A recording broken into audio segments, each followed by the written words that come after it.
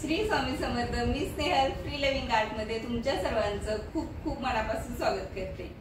आज मी तुमच्या सोबत एक मस्त असं वॉलेट घेऊन आलेली आहे। मस्त अशी पर्स तुमच्या सोबत शेअर करणार आहे आणि एकदम सोप्या पद्धतीने मी सांगण्याचा प्रयत्न केलेला आहे, जेणेकरून प्रत्येकाला ही पर्स शिवता यावी।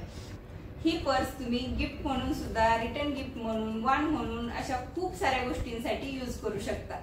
आणि ही पर्स कशी शिवायची हे जाणून घ्यायचं असेल तर व्हिडिओ शेवटपर्यंत बघितला पाहिजे। आणि व्हिडिओ आवडला तर नेहमीप्रमाणेच एक लाईक नक्की करा। कमेंट करून मला नक्की सांगा की हा व्हिडिओ कसा वाटला, ही पर्स कशी वाटली। त्यात काही डाऊट असतील तरी कमेंट करून मला नक्की विचारा। चला मग लगेचच व्हिडिओला सुरुवात करूया। मी इथे पर्स शिवण्यासाठी माझ्याकडे ड्रेस मधले, ब्लाउज पीस मधले उरलेले जे पीस होते तेच मी इथे वापरलेले आहेत। तर पहिला भाग जो घेतलेला आहे तो 13 इंच बाय 9 इंचाचा आहे। दुसरा भाग आहे तो 10 इंच बाय 9 इंचाचा आहे आणि तिसरा भाग आहे तो 5 इंच बाय 9 इंचाचा। म्हणजेच 9 इंच मी रुंदी घेतलेली आहे आणि उंचीला जे प्रत्येक पार्ट आहे तो वेगळा घेतलेला आहे। आता ज्या प्रत्येक पार्ट मध्ये आपल्याला अस्तर घ्यायचं आहे, मेन फॅब्रिक घ्यायचं आहे आणि कॅनव्हास घ्यायचा आहे। आता कॅनव्हास तुम्ही तुमच्या पद्धतीने घेऊ शकता। मी इथे कापडी कॅनव्हास घेतलेला आहे, बुकरम म्हणतो आपण, तो घेतलेला आहे। तुम्ही पेपर कॅनव्हास घेऊ शकता किंवा फोम शीट असेल तर ती सुद्धा यूज करू शकता। आता जो मोठा पार्ट आहे त्याला आपल्याला तिन्ही बाजूनी शिलाई करून घ्यायची आणि एक जो भाग आहे 9 इंचाचा तो ओपन ठेवायचा आहे। दुसरा पार्ट आणि तिसरा पार्ट छोटा पार्ट आहे त्याला अशा पद्धतीने एक छोटासा भाग ओपन ठेवायचा आहे आणि बाकी शिलाई देऊन घ्यायची। यामुळे काय होईल, आपण जेव्हा शिलाई करू तो ओपन पार्ट आहे त्यातून आपल्याला कापड पलटी करता येईल आणि म्हणजे तुमची सगळी पूर्ण शिलाई जे धागे आहेत ते आतमध्ये जातील, कुठेही धागे दिसणार नाहीत। तर अशा पद्धतीने कॉर्नर्स कट करून घ्यायचे आणि पलटी करून घ्यायचे। आता जो तिसरा भाग आहे त्यामध्ये मी दोन्हीही अस्तरचेच पार्ट यूज केलेले आहेत, पीस आणि कॅनव्हास यूज केलेला आहे।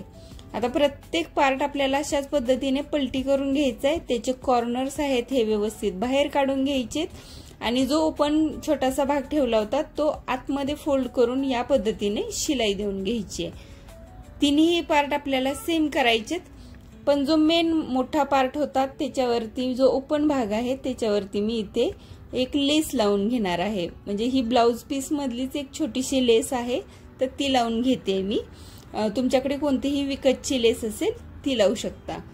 तर या पद्धतीने आपल्याला ही लेस सुद्धा अशी लावायची की जेणेकरून आपले धागे आहेत हे सगळे आतमध्ये जातील। आता ही लेस फोल्ड करण्याआधी मी इथे एक वेलक्रो लावून घेणार आहे। तुम्हाला जर असे वेलक्रो पाहिजे असतील तर त्याची ऑनलाईन लिंक मी डिस्क्रिप्शन बॉक्स मध्ये देते, तुम्ही नक्की चेक करू शकता। खूप स्वस्तात हे वेलक्रो मला मिळाले होते, म्हटले की तुमच्यासोबत सुद्धा शेअर करूया। तर हे दोन्ही पार्ट्स जे असतात वेलक्रोचे ते या पद्धतीने येतात आणि त्याला पाठीमागे खूप छान असा चिकटपणा आहे, जेणेकरून आपण त्या कापडावरती लावू शकतो आणि शिलाई देताना ते वेलक्रो हलणार नाही, तर व्यवस्थित शिलाई सुद्धा करता येते।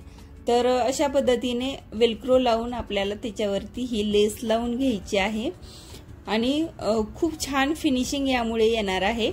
आता जो छोटासा पार्ट आपण 5 इंचाचा जो घेतला होता तो आहे तो आपल्याला इथे पहिल्यांदा लावून घ्यायचा आहे। हा छोटा कप्पा आपल्याला आतमध्ये जाणार आहे, तर त्या पद्धतीनेच ऍडजस्ट करून मी सांगण्याचा प्रत्येक गोष्ट, छोटी छोटी गोष्ट तुम्हाला मी डिटेलमध्ये सांगण्याचा प्रयत्न करते। तर हा पार्ट आहे तो बरोबर ऍडजस्ट करायचा आहे आणि मध्ये एक शिलाई देऊन घ्यायची। सिंपल आहे, मी एक छोटा कप्पा केलाय, एक थोडासा मोठा केलाय। आता हा दुसरा जो मिडल पार्ट आहे त्याला मी 9 इंचाच्या ज्या 2 बाजू आहेत त्याच्यावरती या पद्धतीने ही चेन लावून घेणार आहे। सिंपल ही चेन आहे, ड्रेसला लावतो ती चेन आहे आणि सिंपल एक फक्त टिप देऊन घ्यायची आहे। बरोबर ऍडजस्ट करून ही चेन घ्यायची आहे, उलट सुलट दोन्ही बाजू लागल्या नाही पाहिजेत हे बघून तुम्ही ही चेन लावून घ्यायची।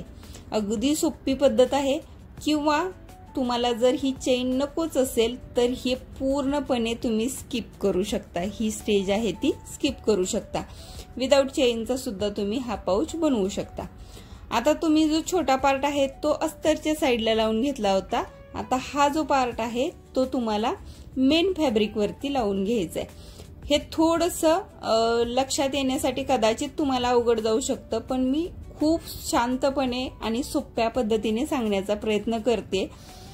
तर जो मेन भाग आहे त्याच्यावरतीच हा दुसरा कप्पा आहे तो ठेवायचा आहे. त्याचा मेन भाग आहे तो खाली गेला पाहिजे आणि अस्तरची बाजू वरती आली पाहिजे आणि तोही सेम ऍडजस्ट करून घ्यायचा आहे व्यवस्थित, जेणेकरून फोल्ड केल्यानंतर मिडललाच येईल या पद्धतीने ऍडजस्ट करायचं आहे. आणि मी जिथे ड्रॉ करून तुम्हाला दाखवलेला आहे तशा पद्धतीने आपल्याला शिलाई देऊन घ्यायची आहे.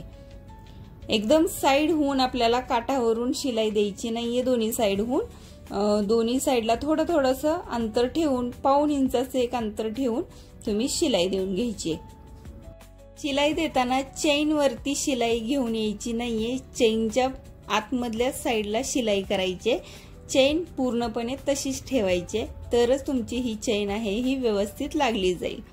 आता एक्स्ट्राचा जो चेनचा भाग आहे तो कट करून घेऊयात.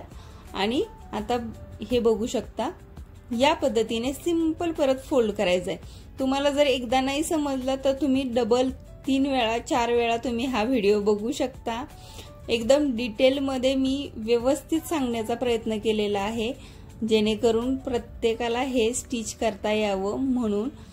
तर या पद्धतीने हा जो वरचा पार्ट आहे ऑरेंज कलरचा तो बाजूला करायचा आहे आणि जो खालचा भाग आहे त्याच्यावरती साइड होऊन टिप देऊन घ्यायची. दुसऱ्या बाजूला सुद्धा तशीच टिप देऊन घ्यायची. आता जो वरचा ऑरेंज कलरचा पार्ट राहिलेला आहे त्याच्या सुद्धा दोन्ही बाजू आहेत त्या सेम पॅक करून घ्यायचे आहेत. त्यामुळे काय होईल, सेपरेट हे जे पार्ट्स आहेत दोन्ही पर्सचे ते पॅक होतील. खालून तर आपल्याला पॅकच पूर्ण राहणार आहे.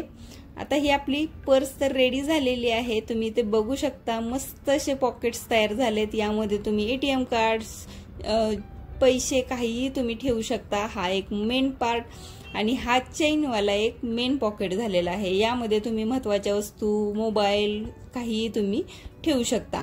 आता वेलक्रोचा जो दुसरा भाग आहे तो सुद्धा इथे लावून घ्यायचा आहे आणि या पद्धतीने आपलं ही पर्स आहे, वॉलेट आहे, हे रेडी झालेलं आहे. तुम्हाला कसं वाटलं हे प्लीज मला कमेंट करून सांगा, कारण तुमच्या कमेंट्सची मी खरंच खूप वाट बघत असते. कारण मी जी मेहनत घेतलेली असते ती तुम्हाला जर आवडली हे कळालं तर मला खूप समाधान वाटतं. तर नक्की कमेंट करून सांगा.